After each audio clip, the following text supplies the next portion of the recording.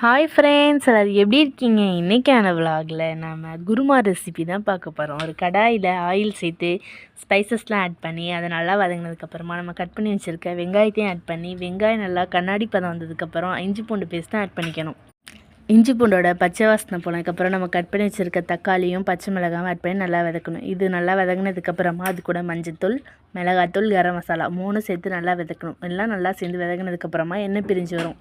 எண்ணெய் பிரிஞ்சு வந்ததுக்கப்புறமா நம்ம கட் பண்ணி வச்சுருக்க காய்கறி எல்லாம் ஆட் பண்ணியிருக்கணும். நாங்கள் இன்றைக்கி உருளைக்கிழங்கு, கேரட், பீன்ஸ் 3 காய்கறி ஆட் பண்ணிக்கிறோம். இது கூட பட்டாணி இருந்தால் பட்டாணியை ஆட் பண்ணிக்கலாம்.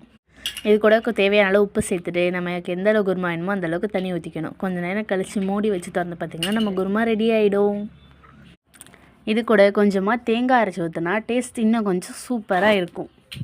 கடைசியாக மேலே லைட்டாக கொத்தமல்லி தூவி இறக்கிட வேண்டியதுதான். இந்த குருமா இட்லி, தோசை, சப்பாத்திக்கெல்லாம் சூப்பராக இருக்கும். தோசைக்கு கண்டிப்பாக எல்லாம் வச்சு ட்ரை பண்ணி பாருங்கள்.